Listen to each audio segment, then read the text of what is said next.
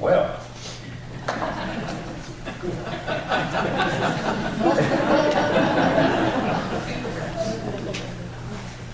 man, I like you folks.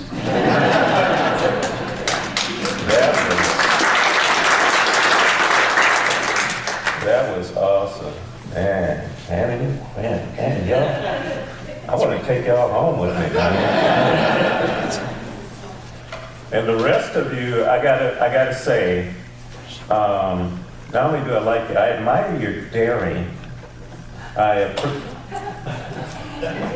saw these, I thought I was in the middle of a blizzard. It was great. I admire your daring because,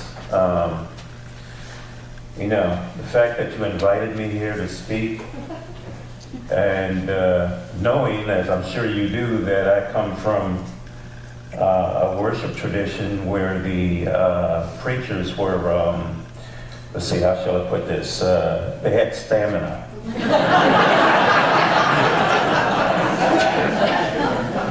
I'd be in church in the morning, and the preacher would be entering the third hour of his sermon, and bellies would be rumbling around the sanctuary, and I'd be thinking, well, the Lions must be in about the second quarter by now. I wonder how much they're losing by now.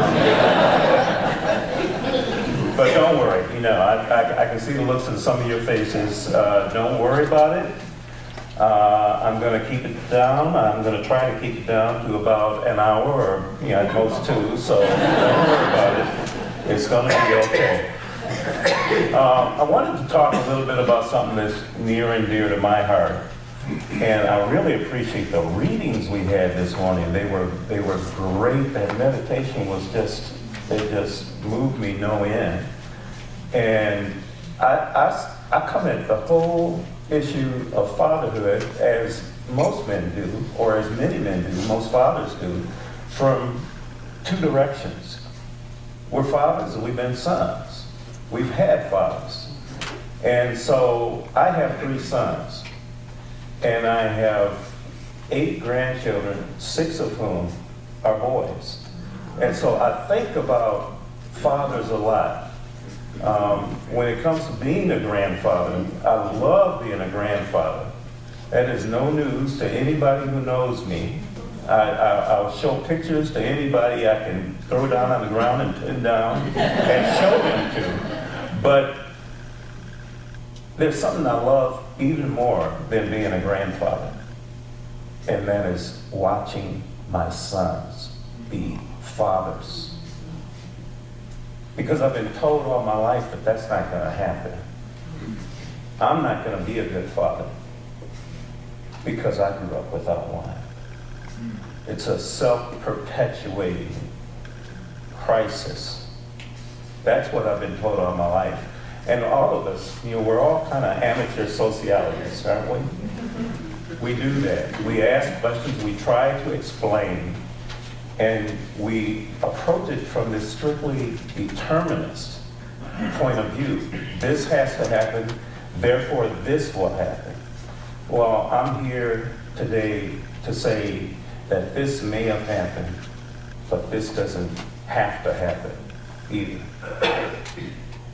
I wanted to talk a little bit. I understand that this is not a frequent visitor, but it's part of who I am, so I brought it with me anyway. And I want to talk about Christmas, because we got Christmas coming up. And I wanted to talk about that. And when I think of Christmas, and when I think about the story of Christmas in the Bible, I'm not thinking about shepherds. I'm not thinking about wise men. I'm certainly not thinking about 3 kings, because that's a myth, because they weren't kings. And we don't know how many there were. The story just says wise men came from the east. Magi, which is where the term magic comes from. I want to talk about a different story in the Bible that has to do with Christmas. It comes well after Jesus' birth. It's well into his adulthood. It's in his ministry. He's out. He's doing stuff, because that's what Jesus did. He did stuff. He didn't just talk.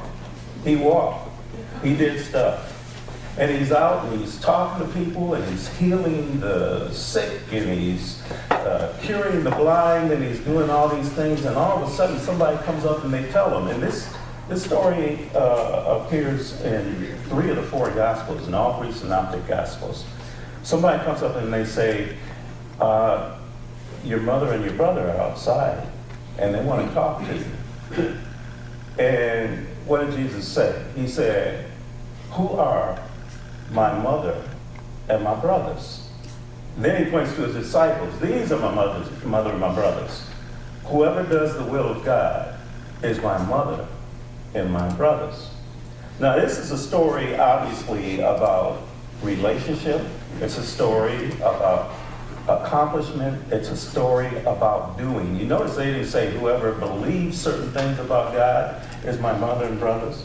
They said whoever does the will of God. So it's whoever does stuff, whoever feeds the hungry, whoever gives drink to the thirsty, whoever helps people, whoever does stuff. Those are my mother and brothers. But here's another thing I find interesting about this, and this is where the whole thing about Christmas comes into view. Because there's his mother, there's his brothers. Who's missing? His daddy. Throughout the whole story of Jesus, Joseph is an afterthought. Now, a lot of people say, well, he wasn't his real daddy. But I guarantee you, when Jesus was growing up, when he was 3 years old, when he was 6 years old, when he was 10 years old, when he was 12 years old, if you asked him who daddy was, he'd point to Joseph. But he's an afterthought. In that story, there's his mother, there's his brothers. Joseph has disappeared. Well, I'm not an expert on hardly anything. But I gotta tell you, if there's anything I'm an expert on, it's daddies who disappear. So I want to tell you a story. And when I say I want to tell you a story, that's what I'm reduced to. I have to tell stories because I'm not a preacher. I'm not probably really a teacher. I'm not much of a speaker at all. But the one thing that I've devoted my life to, and it's in my professional life, is telling stories. I believe in the power of stories. What they do is they lift us out of our own isolation in here, and they let us share with each other. They let us cross boundaries that otherwise I'm not sure could be crossed. So I want to share a story with you. Now, in order for you to hear this story, you have to use your imagination. You have to imagine a young boy from way back in the day. And I'm talking about way back. Because I went to elementary school at the same time as Barney Rubble. I'm talking about a long time ago. This is a young boy from way back in the day. This boy was one of 8 children. And let me tell you, he loved his mama. He loved his mother. But he idolized his father. If his mother was the moon, his father was the sun. His father was the closest thing that boy knew to God. Until one day, everything changed. Now, in a way, maybe this is a cautionary tale. Maybe the caution is, don't idolize. Especially don't idolize humans. Because if you idolize a human being, they will let you down. It's just the nature of the beast. It's who we are. So maybe that's the caution. That boy found out that his father wasn't God after all, because he had done some remarkably ungodly things. I'm not going to get into all that, but one of the ungodly things was brutality. It was violence.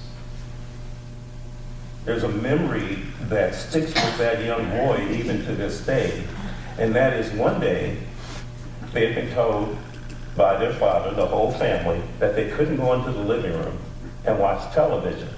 Well, he left. So what did the family do? They went into the living room and they watched television.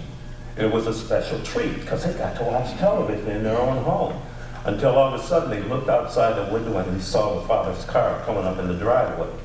And so in order for him not to see them running back into the kitchen, they got down on their knees and crawled past the window back into the kitchen. And that young boy, there was a moment where he knew that something was wrong. He had never thought about it before, but he knew that this was not the way things were supposed to be. Because he looked around to his right and he saw his mother with them on her knees, crawling. This man had done some remarkably ungodly things. For years, he had damaged his wife. He had made her small. He had terrorized her with emotional abuse and a closed fist. And his wife put up with it because she was nuts about that man. She was willing to put up with anything except one thing. Because one day the abuse turned in a particularly disturbing way toward one of her children. And then she did one of the most courageous things that boy, one of the most courageous things I would ever witness. Without a destination, without even a clue as to where they were going, she rounded up her children and she left that home and led them out into the night. And she led them to safety. She marched across the city with her little band of kids and found a refuge. And a short time later, that man left the city, he left the state, and abandoned his children to fate. Now here's the thing we need to remember about children. And I was thinking about this as I was watching these children up here. Those kids are great. They are geniuses. They are so smart. But kids are genius in a lot of ways. Here's the thing we need to remember about children. Whatever the horror, whatever the catastrophe, children will find a way to make it about them. I don't care what it is, they're going to find a way to make it about them. That's something you can count on. If there's something good going on, they did it. But if there's something horrible, it was their fault. And so that little boy wondered what he had done. Now, I wondered what I had done to drive my father away. What made me so terrible, so unlovable, that my father couldn't stand to be in the same state with me, let alone the same city? Some questions stay with you for a long time. That one occupied my high school years, it occupied my college years. For years afterwards, for decades, I was a professional journalist and I was still wrestling with that question. My father died almost 11 years ago, and I suspect I'm wrestling with that question still. In the meantime, well, think about this. Imagine a series of snapshots. That's my memories of my father. There's my father with that big, handsome smile. Biggest man, most handsome man, smartest man ever. Obviously, objectively, that doesn't make sense. He was only about 5'11", which means he still would tower over me, but he was only about 5'11". He wasn't the biggest man. He might have been the handsomest and the smartest, but that's all a matter of opinion. But there's all these snapshots. There's my father, and he's sitting beside my mother, and he's smiling, that big smile, and he's holding his two oldest daughters, who are just little girls, and my oldest brother, who's a little baby, on his knee. And there's my mother sitting beside him, barely smiling. There's another snapshot. There's my father, and he's in the park, and he's got my baby brother, and he's a baby at the time, and he's got him up on his shoulders. And my father is wearing what we used to call the big apple cap, you know, the cap on his head. He's wearing that, and my little baby brother is wearing his own version of the same cap. And my father is smiling this big, big smile. And my little brother is barely smiling. And there's all these snapshots. In the meantime, when I think about my mother is just, she's this home video. And you know, home videos are boring. You ever get invited to somebody's house and they break out the home videos? And you take off, you want to take off running? Home videos are boring because all they show is the routine. And that was a routine. And in that home video, my mother was just kind of slogging along, but she was faithful. And she was always there. In the meantime, there was my mother, that short, she's only about this tall, and I'm measuring from the top of the podium, so it's... My mother was a short, scarred, afflicted woman. I gotta be really careful when I talk about her, because I even to this day, I break down crying. She was the baddest little warrior I ever saw, who never stepped away and never wavered. And she became my model, because my father took off for parts unknown. I thought that was a horrible thing at the time, but I didn't realize it was the best blessing I could have had. They say a woman can't teach a boy to be a man. You ever hear that? But whoever's saying that, they didn't know Clayton Hardiman. She taught me to believe. She taught me to believe in, I'll say it, in God, the sacred. And she taught me to believe in myself. And yes, she did teach me to be a man.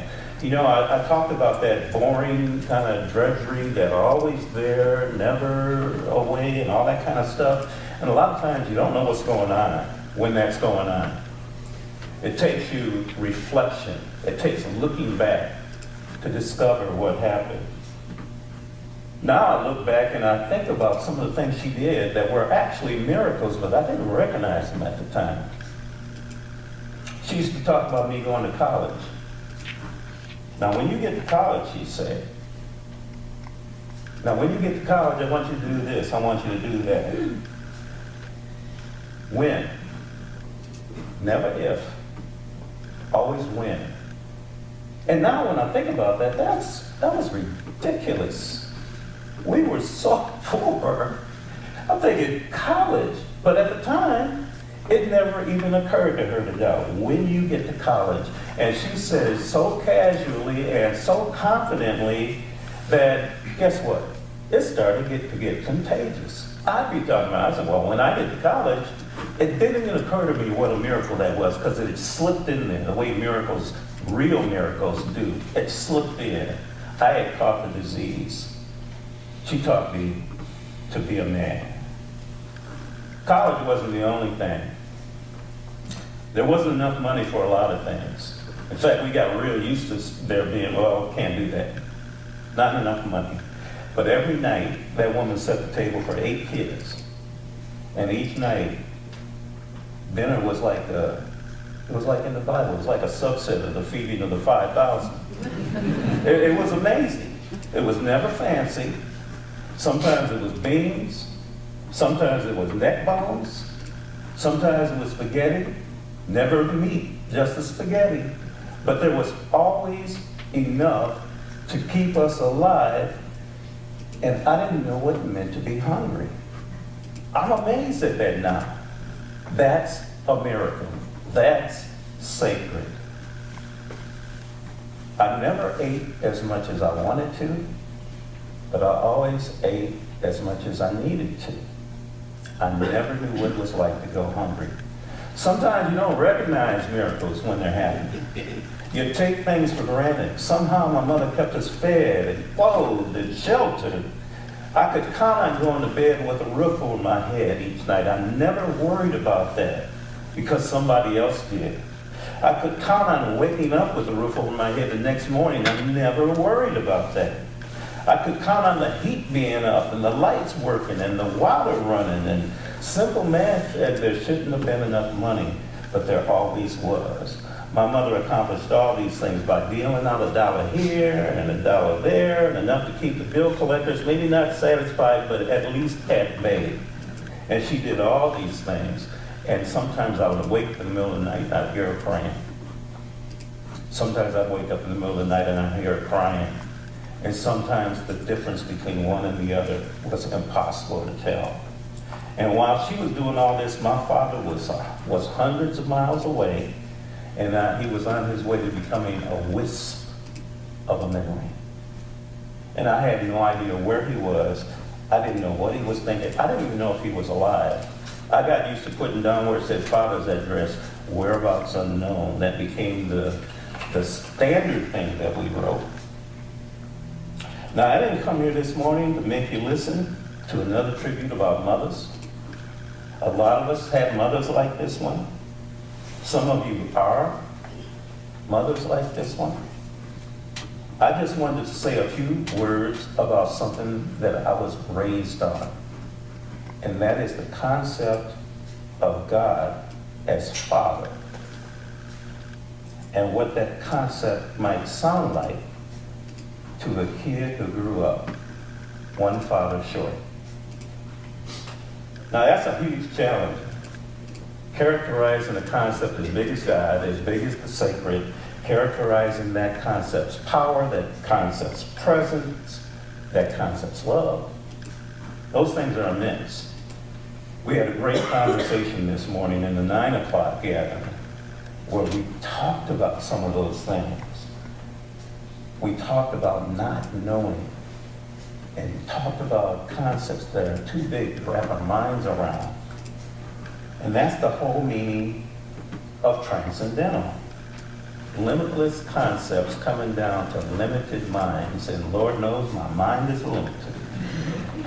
And so we compensate. We try to wrap our heads around these things by using things we know and understand. And among those things are relationships. So is it mere coincidence that the man who wrote, "The Lord is my shepherd, I shall not want," used to tend flocks of sheep himself as a boy?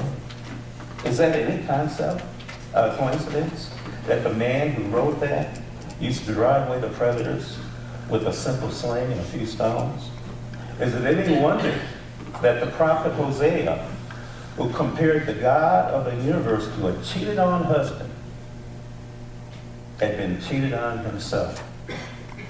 And Jesus, a man who Scripture tells us was sustained and inspired throughout his life by a mother's love, no less than Jesus compared his yearning love for Jerusalem to the protective instincts of a mother hen. Is that just happenstance? Is that just coincidence? I think that's being human. That's our way. That's who we are. We name God's love, or we name the presence of the sacred with the experiences that we've had. So I hope you'll understand when I tell you that this man, the one standing in front of you, who still has that little boy inside him, whose father disappeared, but whose mother never blinked.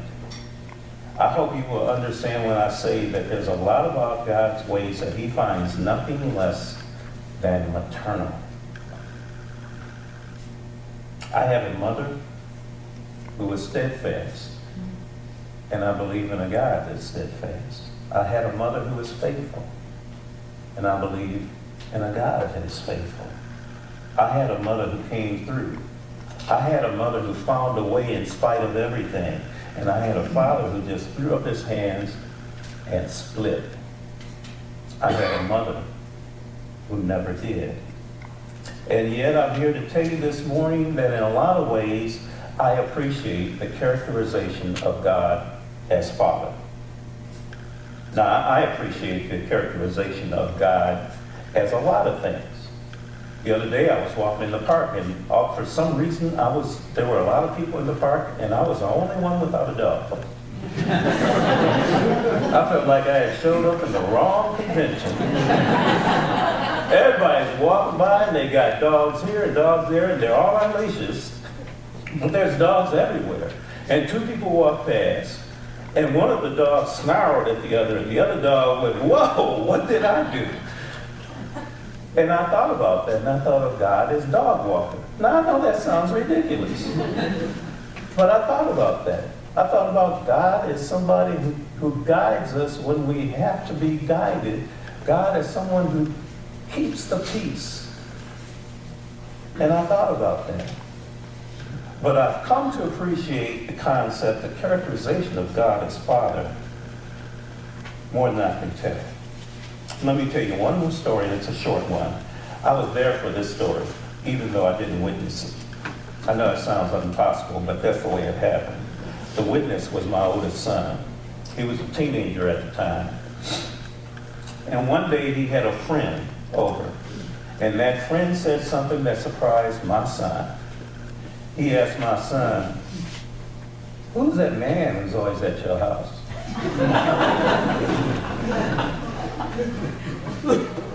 I don't have to tell you who he meant. At least I hope I was who he meant. And of course my son answered the question. He said, that's my father. And he must have said it in a way that really embarrassed his friend, because his friend got defensive, and his friend said, man, I don't know nothing about our fathers.